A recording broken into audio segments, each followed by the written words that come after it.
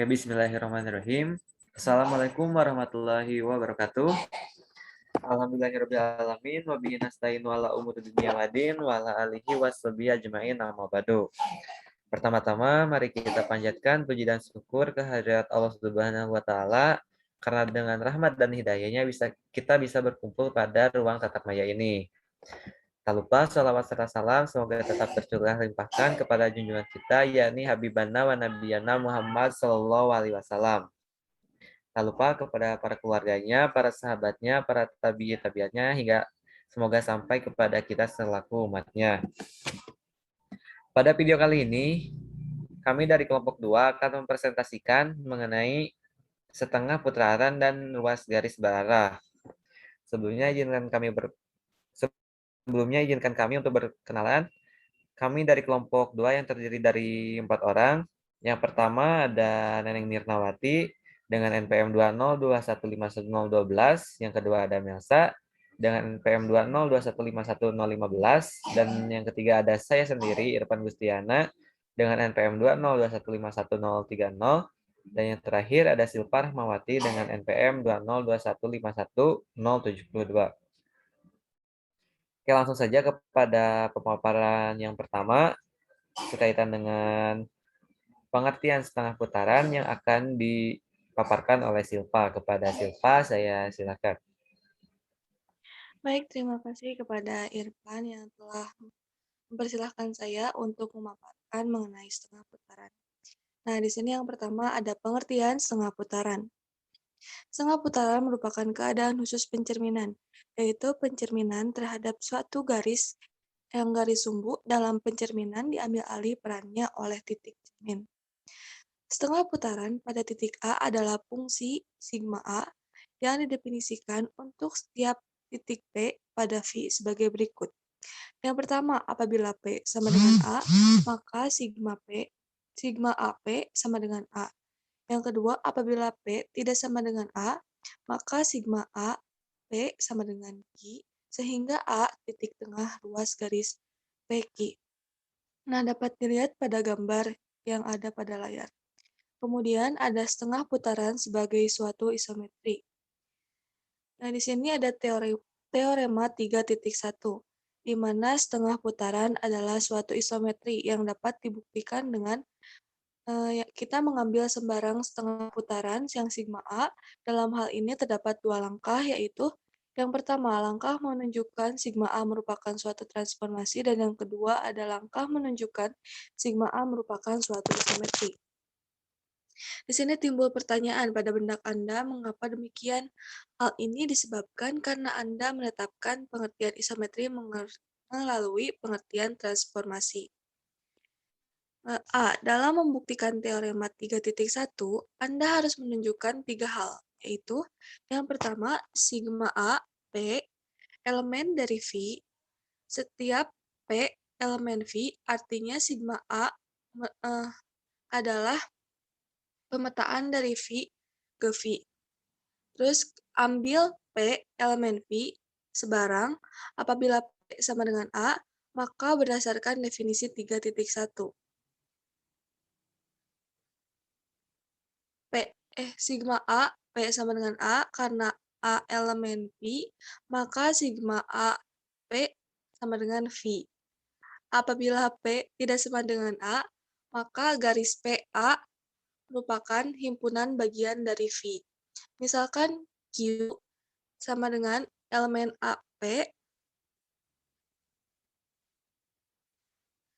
A titik tengah garis PQ, artinya A elemen dari garis PQ. Karena A elemen garis PQ, maka garis PQ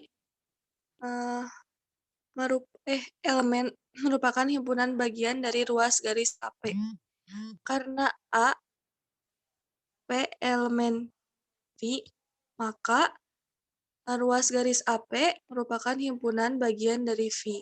Karena ruas garis PQ merupakan himpunan bagian dari ruas garis AP, dan ruas garis AP itu merupakan himpunan bagian dari V.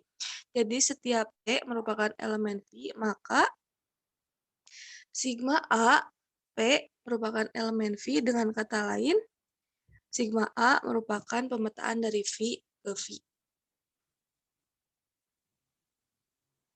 Lanjut.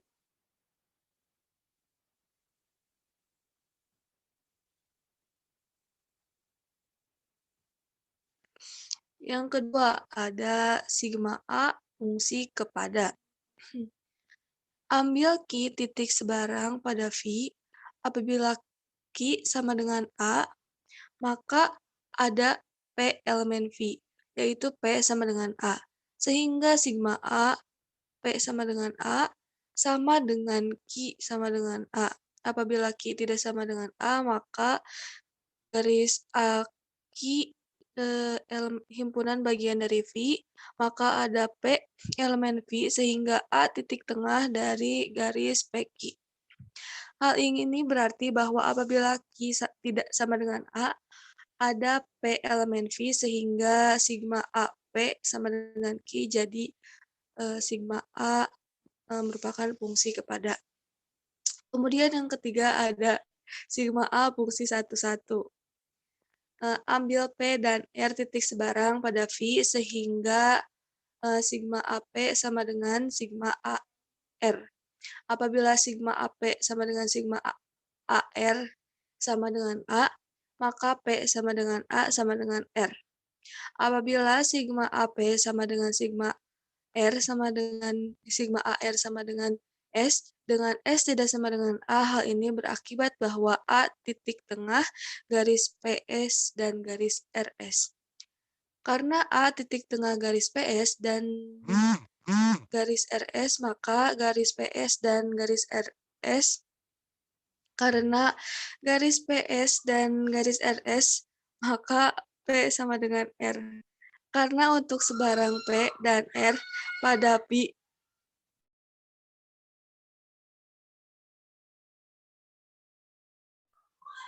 sehingga sigma P sama dengan sigma R. Anda dapat menunjukkan bahwa P sama dengan R, maka sigma A merupakan fungsi 1,1. Yang B, selanjutnya akan ditunjukkan bahwa sigma A suatu isometri. Untuk keperluan ini, Anda ambil titik-titik P dan R pada V. Kemudian Anda misalkan sigma AP sama dengan D, sigma AR sama dengan E. Kita lihat gambar di bawah ini. Akibatnya PA sama dengan AD dan RA sama dengan AE. Kemudian hubungkanlah titik P dengan R dan titik D dengan E. Maka akan terbentuk dua buah segitiga, yaitu segitiga PA dan segitiga DA. Segitiga PAR dan segitiga DAE. Karena PA sama dengan AD, maka sudut PAR akan kongruen dengan sudut DAE, atau di sini merupakan sudut-sudut yang bertolak belakang, dan RA sama dengan AE, maka segitiga PAR akan kongruen dengan segitiga DAE yang sudut sisinya itu sama. Karena segitiga PAR kongruen dengan segitiga DAE, maka PR sama dengan DE. Jadi, sigma A merupakan suatu isometri. Selanjutnya, sifat-sifat setengah putaran. Yang kedua ada sifat-sifat setengah putaran. Di sini ada teorema 3.2. Apabila garis-garis G dan H berpotongan tegak lurus di titik A, maka sigma A mu G komposisi mu H. Kemudian ada teorema 3.3. Apabila G tegak lurus dengan H, maka mu G komposisi mu H sama dengan mu H komposisi mu G. Misalkan A sama dengan G irisan H, karena G tegak lurus dengan H, maka mu G komposisi mu H sama dengan sigma A. Dan mu H komposisi mu G sama dengan sigma A, jadi mu G, komposisi mu H itu sama dengan mu H komposisi mu G.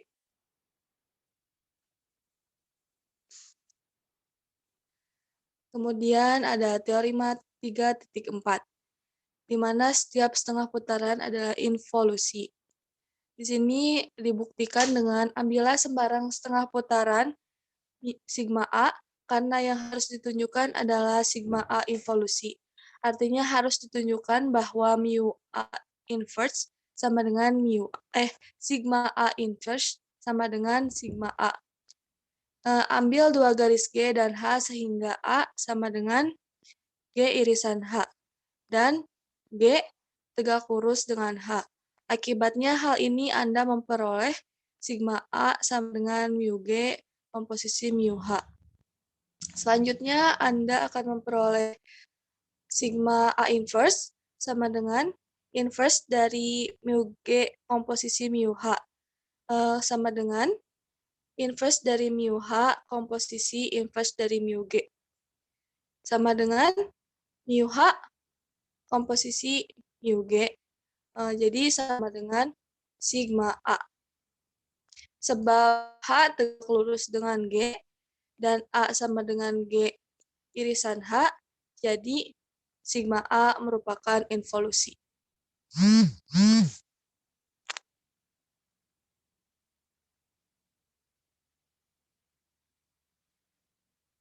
Kemudian yang ketiga ada penamaan setengah putaran. Hubungan antara setengah putaran dengan koordinat kartesius dituangkan dalam teorema berikut. Ada teorema 3.5. Apabila A sama dengan AB dan P sama dengan QY sebarang titik, maka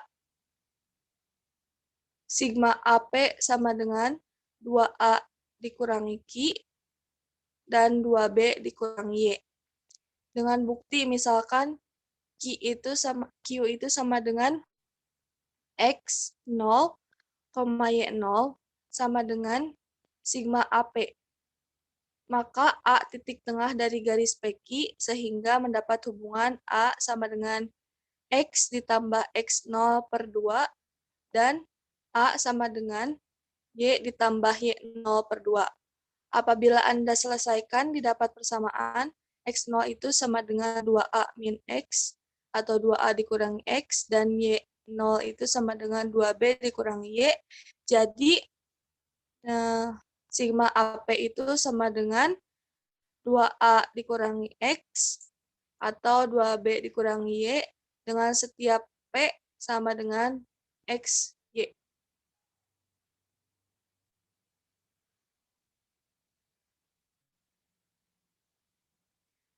Baik, mungkin itu materi yang dapat saya sampaikan. Terima kasih.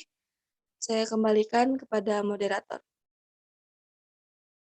Oke, baik, terima kasih kepada Silva yang sudah memaparkan materi mengenai pengertian setengah putaran. Untuk selanjutnya, pemaparan lanjutan setengah putaran yang akan dipaparkan oleh saya sendiri.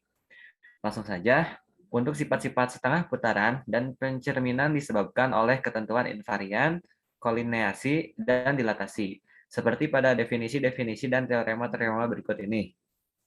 Untuk definisi 3.2, misalnya, A suatu titik tertentu pada bidang Euclid dan T suatu transformasi. Titik A disebut titik invarian. Titik A disebut titik invarian pada transformasi T jika dan hanya jika berlaku TA sama dengan A. Teorema 3.6. Setiap refleksi atau pencerminan pada garis mempunyai tak hingga titik invarian. Buktinya, berdasarkan definisi dari suatu refleksi atau pencerminan pada sebuah garis, misalnya sumbu refleksinya adalah garis G, maka mengetahui bahwa mu G P sama dengan P jika P elemen G. Mu G P sama dengan Q jika G sumbu garis PQ. Selanjutnya,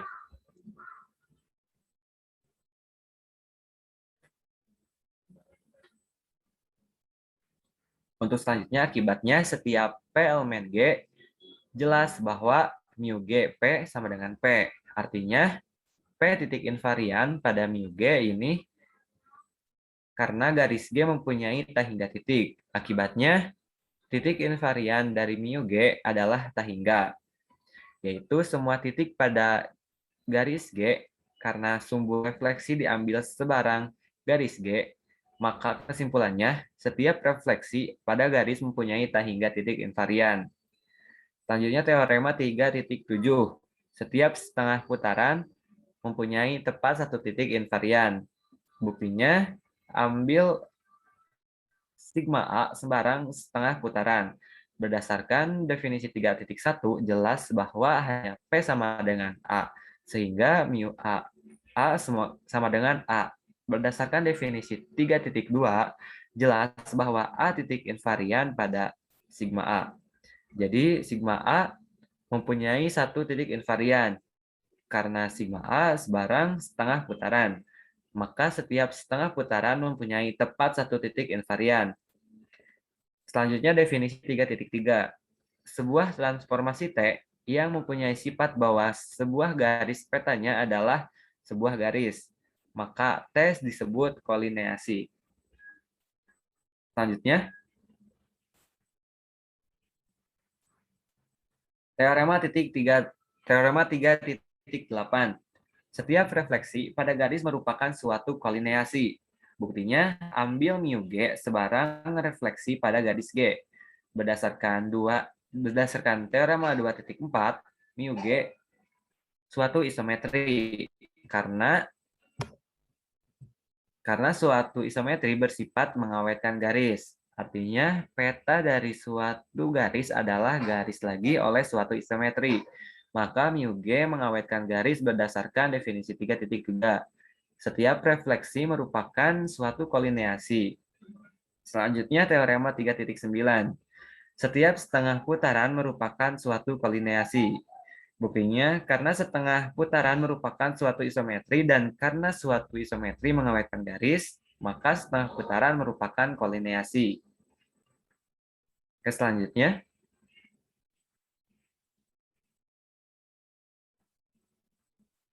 Definisi 3.4. Suatu kolineasi yang mempunyai sifat bahwa peta dan prapeta suatu garis akan sejajar disebut dilatasi. Untuk teorema 3.10, setiap setengah putaran merupakan dilatasi. Lalu untuk teorema 3.11, komposisi dua setengah putaran dengan pusat yang berbeda tidak memiliki titik invarian.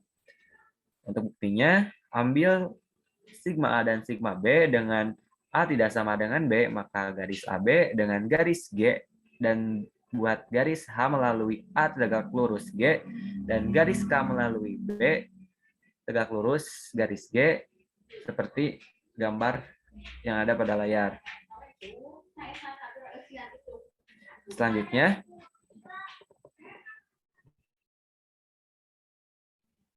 akibatnya sigma A sama dengan mu H komposisi mu G dan sigma B sama dengan mu G komposisi mu K. Sehingga didapat mu A bundaran mu B sama dengan mu H komposisi mu G. Komposisi mu G komposisi mu K. Disubstitusi sama dengan mu H komposisi mu G komposisi mu G komposisi mu K. Diasosiatifkan. Lalu sama dengan mu H komposisi elemen komposisi mu K. Karena mu G komposisi mu G sama dengan E. Jadi identitas. Lalu sama dengan mu H bundaran elemen bundaran mu K diasosiatif. Lalu sama dengan mu K bundaran mu K elemen identitas. Andaikan X titik invarian dari mu A bundaran mu B, artinya mu A komposisi mu B X sama dengan X. Karena mu A bundar komposisi mu B sama dengan, karena A sigma A bundaran sigma B sama dengan mu H komposisi mu K, maka mu H komposisi mu K X sama dengan X. Jadi mu H komposisi mu H komposisi mu kx sama dengan mu hx. Mu h komposisi mu h mu kx sama dengan mu hx diasosiatifkan. Elemen komposisi mu kx sama dengan mu hx, mu h bunda. Komposisi mu h sama dengan elemen. Mu kx sama dengan mu hx, elemen identitas.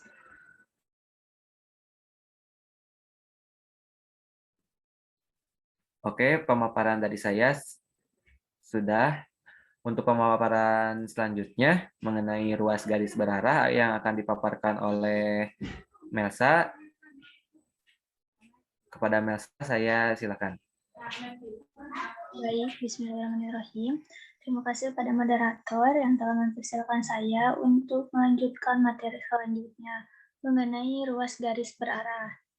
Nah, untuk pengertian ruas garis berarah itu suatu ruas garis berarah adalah ruas garis yang salah satu ujungnya dinamakan pangkal dan ujung lainnya dinamakan akhir. Apabila A dan B dua titik, ruas garis AB ditetapkan sebagai ruas garis berarah dengan pangkal titik A dan akhir titik B. Untuk ruas garis AB ekuivalen dengan ruas garis CD.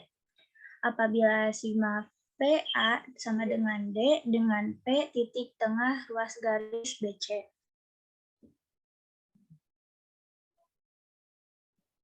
Untuk yang bagian B, sifat-sifat ruas garis berarah. Apabila ruas garis AB dan ruas garis CD tidak kolinear, maka segi 4 ABDC sebuah jajaran genjang jika dan hanya jika ruas garis AB ekuivalen ruas garis CD. Buktinya, untuk membuktikan teorema ini, Anda harus membuktikan dua hal, yaitu yang pertama, ruas garis AB ekuivalen ruas garis CD, maka ABDC sebuah jajar genjang. Misalkan P titik tengah ruas garis BC, maka sigma PA sama dengan D sebab ruas garis AB ekuivalen dengan ruas garis CD karena garis AD dan garis BC diagonal-diagonal segi 4 ABDC dan AP sama dengan PD serta BP sama dengan PC. Maka segi 4 ABDC sebuah jajaran genjang. Bisa dilihat pada gambar 3.16 pada layar.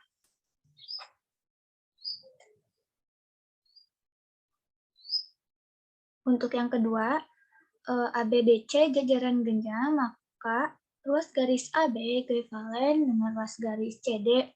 Karena segi 4 ABCD jajaran genjang, maka diagonal ruas garis AD dan ruas garis BC berpotongan saling membagi dua sama panjang. Artinya, apabila P sama dengan garis AD irisan garis BC, maka AP sama dengan PD, BP sama dengan PC. Akibatnya, P titik tengah garis BC dan sigma PA sama dengan D. Jadi, ruas garis AB ekuivalen dengan ruas garis CD.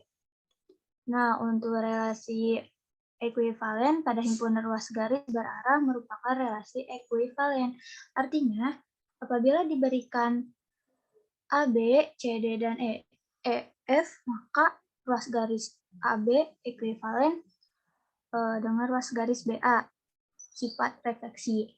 Kemudian yang B, jika ruas garis AB ekuivalen dengan ruas garis CD, maka ruas garis CD ekuivalen ruas garis AB, sifat simetri.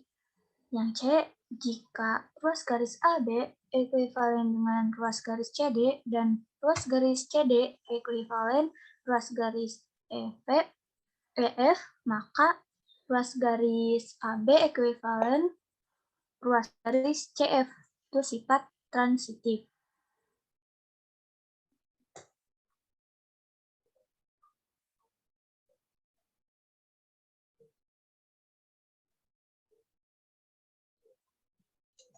Nah, untuk bukti selanjutnya, namakanlah titik tengah garis AB dengan P, maka sigma P A sama dengan B. Jadi, ruas garis AB ekuivalen dengan ruas garis BA. Karena ruas garis AB ekuivalen ruas garis CD, maka segi 4 ABDC jajaran genjang. Karena segi 4 CDBA sama dengan segi 4 ABDC, maka segi 4 CDBA jajaran genjang. Akibatnya ruas garis CD ekuivalen dengan ruas garis AB. Karena ruas garis AB ekuivalen dengan ruas garis CD, maka segi 4 ABDC jajaran genjang. Akibat lebih lanjut, AB sama dengan CD dan ruas garis AB sejajar dengan ruas garis CD. Karena posisi ruas garis CD sama dengan ruas garis EF, maka segi 4 CDFE jajaran genjang. Akibat lebih lanjut, CD sama dengan EF, dan ruas garis CD sejajar dengan ruas garis EF. Berdasarkan 1 dan 2 dapat disimpulkan bahwa AB sama dengan EF dan ruas garis AB sejajar dengan ruas garis EF. Jadi segi 4 ABFE sebuah jajaran genjang. Akibatnya ruas garis AB ekuivalen dengan ruas garis EF. Karena A, B, dan C dapat disimpulkan bahwa relasi ekuivalen pada himpunan ruas garis berarah merupakan relasi ekuivalen.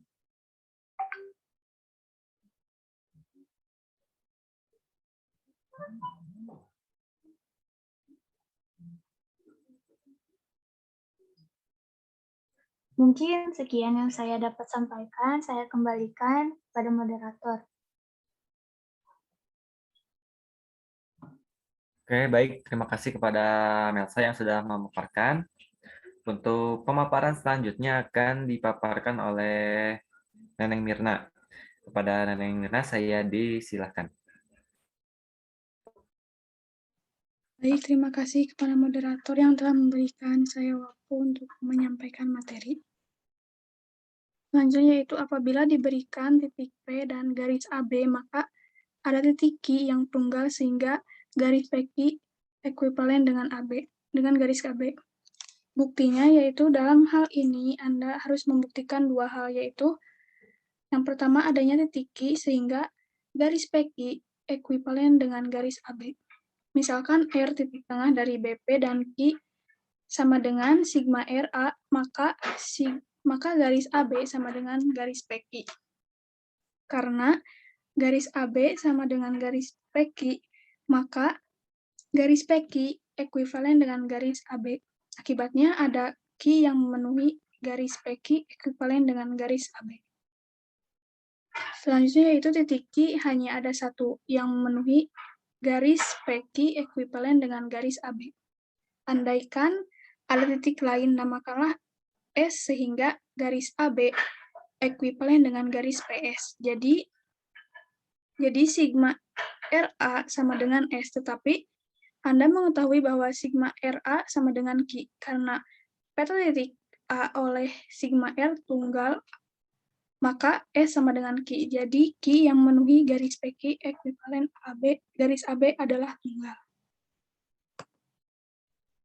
Selanjutnya yaitu kelipatan ruas garis berarah. Perkalian sebuah bilangan real dengan sebuah ruas garis berarah bisa dipelajari di bawah ini. Andaikan diberikan garis AB dan K suatu bilangan real. Apabila K lebih dari 0, maka K garis AB adalah garis AP, sehingga P elemen garis AB dan AP sama dengan KAB. Apabila K kurang dari 0, maka K garis AB, sedangkan AB sama dengan nilai mutlak K AB, sehingga garis AP disebut kelipatan dari garis AB. Contohnya apabila diberikan titik A dan B di bawah ini, lukis yang pertama 1/2 garis AB, yang kedua yaitu -3/4 garis AB. Penyelesaiannya yang pertama karena K sama dengan negatif 3/4 lebih dari 0, maka 1/2 garis AB adalah garis AP, sehingga P elemen garis AB dengan AP sama dengan 1/2 AB. Untuk yang kedua, karena K sama dengan negatif 3/4 kurang dari 0, maka negatif 3/4 garis AB adalah garis AQ, sehingga Q anggota sinar yang berlawanan dengan garis AB. Dengan AQ sama dengan nilai mutlak dari negatif 3/4 AB sama dengan 3/4 AB. Dan bisa dilihat ini gambarnya. Mungkin itu saja yang dapat saya sampaikan. Saya kembalikan kepada moderator.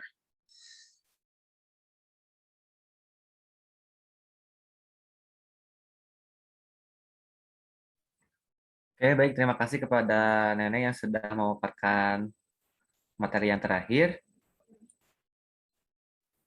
Barangkali sekian yang bisa dapat kelompok 2 sampaikan. Mohon maaf apabila masih terdapat banyak kesalahan. Akhir kalam, wassalamualaikum warahmatullahi wabarakatuh.